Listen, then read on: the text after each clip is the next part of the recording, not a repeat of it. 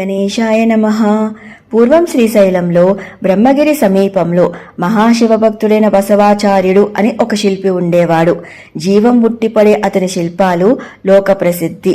ఓసారి తన ఇష్టదైవమైన శ్రీశైల మల్లికార్జుని దర్శించుకుని ఆ ఆనందంలో ఇంటికి తిరిగి వచ్చిన అతనికి ఆలయ ప్రాంగణంలోనూ బయట కూడా తన శిల్పకళా నైపుణ్యంతో 2 అద్భుత నందులను చేసి శివునికి అర్పించుకోవాలన్న కోరిక కలిగింది. అనుకున్నదే తడువుగా దీక్షితుడై భక్తితో 40 రోజుల పాటు నక్తవ్రతాన్ని పాటిస్తూ చూడముచ్చటగా ఉన్న 2 అద్భుత నంది విగ్రహాలను తయారు చేశాడు. ఉత్సాహంతో పనైతే పూర్తి చేశాడు. కానీ వాటిని పాతాళ గంగను దాటి శ్రీశైలం ఎలా తీసుకువెళ్లాలో అర్థం కాక తీవ్ర మనస్తాపానికి లోనయ్యాడు. భక్తుడి కష్టానికి చలించిపోయిన బోలాశంకరుడు తన ప్రియ భక్తునికి స్వప్న సాక్షాత్కారం చేసి, బసవా, చింతించకు, నీ సంకల్పం మహత్తరమైనది సుమా. నేను నీకిచ్చే ఈ 2 తాళ్లను నందుల మెడలో కట్టి వాటిని తీసుకుని శ్రీశైలం బయలుదేరు. గమ్యం చేరేదాకా వెనకకు తిరగకూడదు సుమా అని చెప్పి అంతర్ధానమయ్యారు. కళ్ళు తెరిచి చూసేసరికి నిజంగానే అతని ఎదుట 2 తాళ్లు కనిపించాయి. పులకించిపోయాడు బసవుడు. ఇక ఏమాత్రం ఆలస్యం చెయ్యకుండా తక్షణమే స్వామి తెలిపిన రీతిగా నంది విగ్రహాలకు తాళ్లను కట్టి శ్రీశైలం వైపుగా తన ప్రయాణాన్ని సాగించాడు.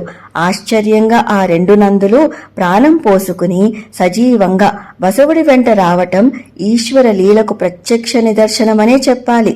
అలా తెల్లారే సరికల్లా పాతాళ గంగైతే చేరుకున్నాడు గాని ఇక కృష్ణానదిని దాటడం అనేది ఒక సాహస కృత్యమే. అయినా సరే అకుంఠిత విశ్వాసంతో ఈశ్వరునిపై భారమంతా వేసి ముందుకు సాగాడు. నదిని దాటి ఇక ఒడ్డు చేరుతుంది అన్న సమయంలో ఒక నంది కాళ్ళు రాళ్ల మధ్యలో చిక్కుకుని ముందుకు కదలలేకపోయింది. ఎంతకీ నంది కదలకపోయేసరికి ఏమైందోనని కంగారులో వెనక్కి తిరిగి చూశాడు. అంతే, రాళ్ల మధ్య ఇరుక్కున్న తన పాదాన్ని తొలగించుకుంటున్న ఆ నంది బసవుడు చూసిన మరుక్షణమే చైతన్యాన్ని కోల్పోయి శిలగా మారి అక్కడికక్కడే భూమిలో ప్రతిష్ఠించబడింది. ఇక చేసేది లేక ఇదే ఈశ్వర ఇచ్ఛ అని గౌరవిస్తూ మరో నందితో శ్రీశైలం చేరుకుని శాస్త్రోక్తంగా ఆలయంలో దాన్ని ప్రతిష్ఠింపచేశాడు.